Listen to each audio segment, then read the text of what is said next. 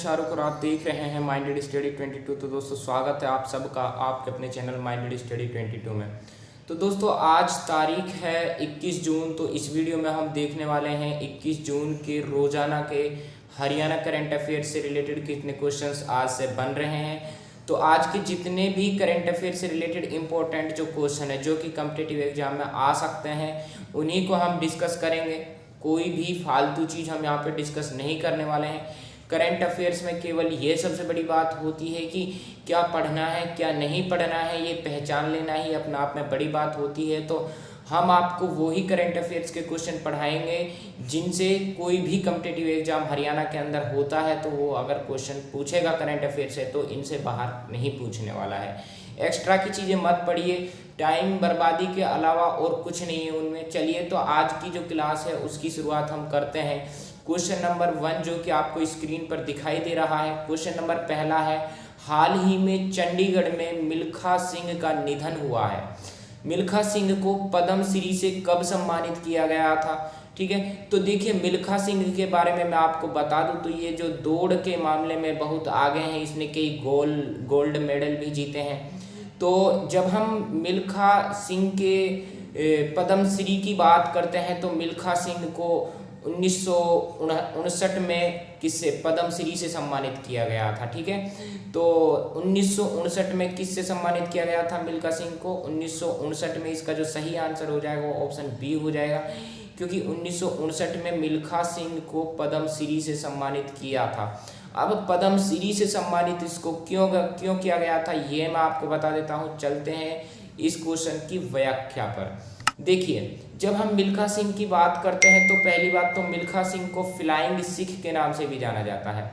और जो ये फ्लाइंग सिख का नाम मिल्खा सिंह को दिया था ये इसकी दौड़ के आधार पे दिया था। ठीक है, तो मिल्खा सिंह एक भारतीय धावक है, ये आपको पता होना चाहिए। क्या है? भारतीय धावक है।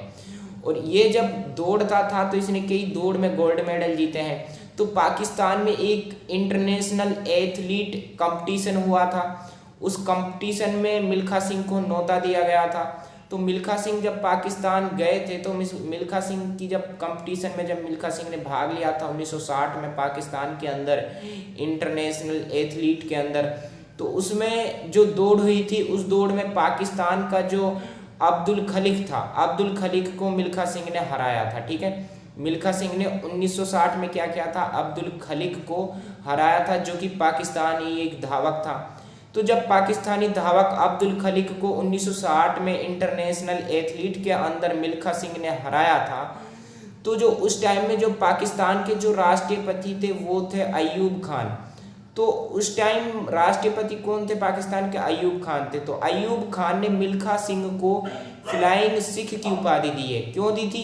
क्योंकि जो मिल्खा सिंह था वो इतनी तेज दौड़ता था, इतना वो कई गोल्ड मेडल भी जीत चुका था। तो वहीं पे उसने क्या किया था? उस इंटरनेशनल एथलीट में क्या कर दिया था? जो पाकिस्तानी खलीक जो अब्दुल खलीक जो था उसको हरा दिया था। जब पाकिस्तानी अब्दुल खलीक को पाकिस्तान के अंदर मिल्खा सिंह ने हराया था तो अयूब खान ने, जो कि पाकिस्तान के पूर्व राष्ट्रपति रह चुके हैं, ठीक है, इसने क्या किया था? इसने मिल्खा सिंह को फ्लाइंग सिख की उपाधि दी, यानी अगर हिंदी में हम बात करें तो उड़न सिख की उपाधि दी। ठीक है, तो उड़न सिख की उपाधि दी थी। ठीक है, तो वहीं से क्या है, उसी टाइम से जो मिल्खा सिंह है इसको फ्लाइंग सिख का नाम दे दिया जाता है। ठीक है, तो इसको फ्लाइंग सिख के नाम से जाना जाता है मिल्खा सिंह को। तो मिल्खा सिंह का जो निधन हुआ है हाल ही में 18 जून को हुआ था चंडीगढ़ के अंदर। ठीक है, तो कोविड-19 से इसका निधन, तो कोविड-19 से तो हालांकि ये जो संक्रमित हुआ था लेकिन इसका जो इलाज था कोविड-19 का वो सही हो गया था। तो कुछ इससे लगभग 4-5 दिन पहले जो मिल्खा सिंह है उसकी पत्नी का निधन हो जाता है। ठीक है, तो ये भी एक प्रेशर बन गया था। तो वैसे भी जब हम बात करते हैं तो 18 जून को मिल्खा सिंह का निधन हो गया था। ठीक है, तो अब हम मिल्खा सिंह की उपाधियों की थोड़ी बात करते हैं, उपलब्धियों की हम थोड़ी बात कर लेते हैं। तो 1958 में मिल्खा सिंह ने कॉमनवेल्थ गेम्स में गोल्ड मेडल जीता था। ठीक है। तो इसीलिए जो मिल्खा सिंह है इसको क्या है, पद्मश्री से सम्मानित किया गया है। किससे? पद्मश्री से सम्मानित कब किया गया था? 1959 में किया गया था, क्योंकि 1958 में कॉमनवेल्थ गेम्स के अंदर गोल्ड मेडल जीत चुका था दौड़ में। कौन? मिल्खा सिंह जीत चुका था। 1960 में पाकिस्तानी इंटरनेशनल एथलीट के अंदर जो कंपटीशन में भाग लिया था, तो पाकिस्तानी धावक अब्दुल खलीक को हराकर मिल्खा सिंह को किसकी उपाधि मिल जाती है? फ्लाइंग सिख की उपाधि मिल जाती है। 2013 में जो मिल्खा सिंह है, 2013 में इस मिल्खा सिंह के ऊपर एक फिल्म बनी थी, भाग मिल्खा भाग, ठीक है। तो जो भाग मिल्खा भाग नामक जो फिल्म है, ये किसके आधार पर बनी थी? ये 2013 में मिल्खा सिंह के आधार पर बनी थी, ठीक है। तो मिल्खा सिंह की जो दौड़ है, दौड़ में बहुत अच्छा खासा नाम जो है वो कमाया है किसने? मिल्खा सिंह ने। तो ये जो मिल्खा सिंह है, मिल्खा सिंह के बारे में आपको ज़्यादातर जो जानकारी है वो पता चल गई है। अगर इससे रिलेटेड कोई क्वेश्चन आता है तो यहीं से क्वेश्चन बनेगा, इनसे बाहर नहीं बनने वाला है। चलिए हम अब बात करते हैं प्रश्न नंबर 2 की। प्रश्न 2 की अगर हम बात करें तो प्रश्न 2 है, हाल ही में दीनबंधु, देखिए हरियाणा की हम बात करें तो हाल ही में दीनबंधु छोटूराम विज्ञान एवं तकनीकी विश्वविद्यालय मुरथल, जो कि मुरथल कहाँ पे है? आपका सोनीपत के अंदर है, में अटल अकादमी उन्नत प्रशिक्षण एवं अध्ययन अकादमी वे आइडिया लैब स्थापित करने को लेकर समझौता हुआ है। इस समझौते पर हस्ताक्षर किसने किए हैं? देखिए क्या है ना कि जो ये दीनबंधु छोटूराम विज्ञान एवं तकनीकी विश्वविद्यालय है, ये कहाँ पे है? पहली बात तो मुरथल में है। मुरथल कौन से जिले में पड़ रहा है? मुरथल आपका सोनीपत जिले में पड़ रहा है। इसमें क्या है? इसमें एक आइडिया लैब स्थापित किया जा रहा है, ठीक है। आइडिया लैब स्थापित होगा और साथ में एक अटल अकादमी उन्नत प्रशिक्षण, ठीक है, ये भी इसके अंदर स्थापित होगा। तो इन दोनों आइडिया लैब और अटल अकादमी उन्नत प्रशिक्षण की स्थापना के लिए एक समझौता हुआ है। इस समझौता पर जो हस्ताक्षर किए हैं वो किसने किया है? इसका जो सही आंसर हो जाएगा वो ऑप्शन डी इसका सही आंसर हो जाएगा, क्योंकि जो इस समझौते पर तो हस्ताक्षर करने वाले थे वो आपके डॉक्टर राजेंद्र अनायत हो जाएंगे, ठीक है। और दूसरे हो जाएंगे अनिल डी सहस्त्रभद्र। कौन हो जाएंगे? अनिल डी सहस्त्रभद्र। अब हम इन दोनों के बारे में जान लेते हैं, ठीक है। तो देखिए जब हम दीनबंधु छोटूराम विज्ञान एवं तकनीकी विश्वविद्यालय की अगर बात करें, इसके जो कुलपति हैं तो कुलपति इसके कौन हो जाएंगे? प्रोफेसर डॉक्टर राजेंद्र अनायत, ठीक है। तो अब इसी के अंदर एक क्या है, आइडिया लैब स्थापित किया जा रहा है। तो इसी हस्ताक्षर कौन करेगा? हस्ताक्षर भाई कुलपति ही करेंगे। कुलपति कौन है? डॉक्टर राजेंद्र अनायत खान, ठीक है। उसके अलावा हम खान नहीं, डॉक्टर राजेंद्र अनायत हो जाएंगे, ठीक है। उसके अलावा हम बात करें अखिल भारतीय तकनीकी शिक्षा परिषद चेयरमैन की, जो अखिल भारतीय तकनीकी शिक्षा के जो चेयरमैन है, ठीक है, वो कौन है? वो अनिल डी सहस्त्रभद्र हैं। कौन है? अनिल डी सहस्त्रभद्र। तो इन दोनों ने क्या किया है? इन दोनों ने ही हस्ताक्षर किए हैं जो आइडिया लैब स्थापित की जा रही है, ठीक है, दीनबंधु छोटूराम तकनीकी विश्वविद्यालय के अंदर। तो उसी के अंदर इन दोनों ने क्या किए हैं? उसी समझौते पर हस्ताक्षर किए हैं। उसके अलावा हम बात करते हैं प्रश्न नंबर 3 की, जो कि प्रश्न नंबर 3 है, जो कि स्क्रीन पर आपको दिखाई दे रहा होगा। हाल ही में विशेष क्रैश कोर्स कार्यक्रम में 111 प्रशिक्षण केंद्रों में से हरियाणा के कितने प्रशिक्षण केंद्रों का चयन हुआ है? देखिए जब हम बात करें तो हाल ही में जो भारत सरकार की हम बात करें तो प्रधानमंत्री श्री नरेंद्र मोदी ने क्या किया है? विशेष क्रैश कोर्स कार्यक्रम का शुभारंभ किया है, ठीक है। 18 जून को इस कार्यक्रम का शुभारंभ प्रधानमंत्री नरेंद्र मोदी ने किया था, ठीक है। तो 18 जून को प्रधानमंत्री नरेंद्र मोदी ने विशेष क्रैश कोर्स कार्यक्रम का शुभारंभ किया था। तो ये कितने स्टेट में है? ये 26 राज्यों में है। और कितने प्रशिक्षण केंद्र होंगे? 111। 26 राज्यों के अंदर 111 प्रशिक्षण केंद्र होंगे, ठीक है। तो अब हरियाणा के अंदर कितने प्रशिक्षण केंद्र है? 111 में से हरियाणा के अंदर कितने प्रशिक्षण केंद्र हैं? हरियाणा के अंदर 3 प्रशिक्षण केंद्र होंगे, ठीक है। वो 3 प्रशिक्षण केंद्र कहाँ कहाँ पर होंगे, चलिए उनके बारे में भी जानते हैं।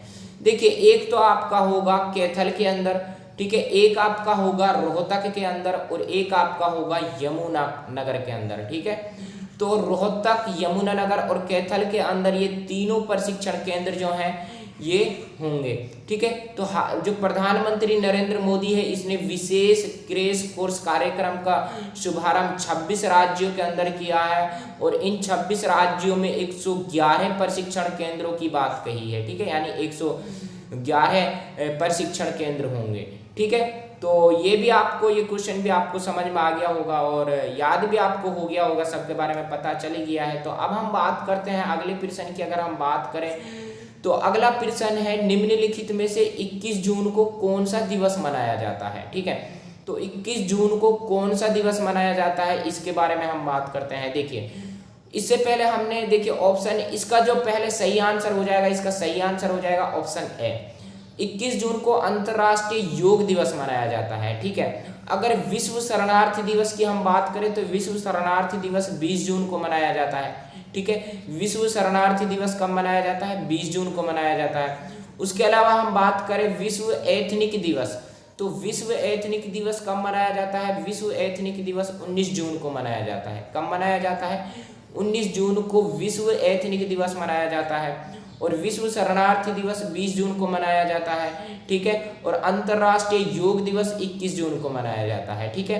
तो अब अंतर्राष्ट्रीय योग दिवस के बारे में हम जानते हैं। देखिए, अंतर्राष्ट्रीय योग दिवस की अगर हम बात करें तो सबसे पहली बार ये 2015 में मनाया गया था, ठीक है। तो 21 जून 2015 को अंतर्राष्ट्रीय योग दिवस सबसे पहली बार मनाया गया था। अब देखिए, 21 जून को अंतर्राष्ट्रीय योग दिवस मनाया जाता है, ये सभी आपको पता चल गया है। पहली बार कब मनाया गया था? पहली बार 21 जून 2015 को मनाया गया था, ठीक है। यह पहल भारत के प्रधानमंत्री श्री नरेंद्र दामोदर दास मोदी के द्वारा 27 सितंबर 2014 को संयुक्त राष्ट्र के अंदर महासभा में अपने भाषण के अंदर की थी, ठीक है। देखिए, 27 सितंबर 2014 में क्या था, जो प्रधानमंत्री नरेंद्र मोदी हैं, प्रधानमंत्री नरेंद्र मोदी जी ने क्या किया था? 27 सितंबर 2014 को संयुक्त राष्ट्र की महासभा के अंदर जो अपना भाषण दे रहे थे, उस अपने भाषण के अंदर प्रधानमंत्री नरेंद्र मोदी जी ने अंतर्राष्ट्रीय योग दिवस की बात कही थी, ठीक है। जब अंतर्राष्ट्रीय योग दिवस का विचार प्रधानमंत्री नरेंद्र मोदी ने संयुक्त राष्ट्र संघ के अंदर 27 सितंबर 2014 को किया था, तो इसको संयुक्त राष्ट्र ने 11 दिसंबर 2014 को स्वीकृति दे दी थी कि भैया अंतर्राष्ट्रीय योग दिवस मनाया जाएगा, ठीक है। तो अब जो संयुक्त राष्ट्र ने अंतर्राष्ट्रीय योग दिवस मनाने की जो स्वीकृति थी वो कब दी थी? 11 दिसंबर 2014 को दी थी, ठीक है। अब वहीं पे हम बात करें तो 21 जून को जो 21 जून है हर वर्ष को क्या मनाया जाता है? अंतर्राष्ट्रीय योग दिवस मनाया जाता है। और दूसरी बात, जो 21 जून का जो दिन होता है, 21 जून का दिन वर्ष का सबसे लंबा दिन होता है, ये भी आपको याद रखना है। ये ज्योग्राफी का प्रश्न आपका हो जाएगा। 21 जून का जो दिन है ये प्रति वर्ष का सबसे लंबा दिन होता है, ठीक है। हर साल का जो वर्ष का जो सबसे लंबा दिन होता है वो कौन सा होता है? 21 जून होता है प्रति वर्ष। अगर हम योग गुरु की बात करें तो योग गुरु कौन है? बाबा रामदेव हैं, ये तो आप सभी को पता ही है। बाबा रामदेव कौन है? योग गुरु हैं। तो ये आज से हरियाणा से रिलेटेड करंट अफेयर्स के क्वेश्चन बन रहे थे। वैसे तो बाकी के चैनलों पर लगभग 10-15 क्वेश्चन बना देते हैं, लेकिन वो सभी कॉम्पिटिटिव एग्जाम की दृष्टि से इम्पोर्टेंट नहीं है। आपको वही चीज़ें पढ़नी है जो आपके एग्जाम में पूछ सकता है, जो आपके एग्जाम में आ सकता है। आशा करता हूँ कि ये वीडियो आपको अच्छी लगी हुई होगी, आपको पसंद आई होगी। अगर आप हमारे चैनल पर न्यू हैं तो प्लीज़ चैनल को सब्सक्राइब करिए और पास में बेल आइकन वाली बटन को हिट करना बिल्कुल मत भूलिएगा। तो दोस्तों बने रहिए हमारे साथ, मिलते हैं अगली वीडियो में न्यू टॉपिक के साथ। तब तक के लिए आप सबका तहे दिल से शुक्रिया।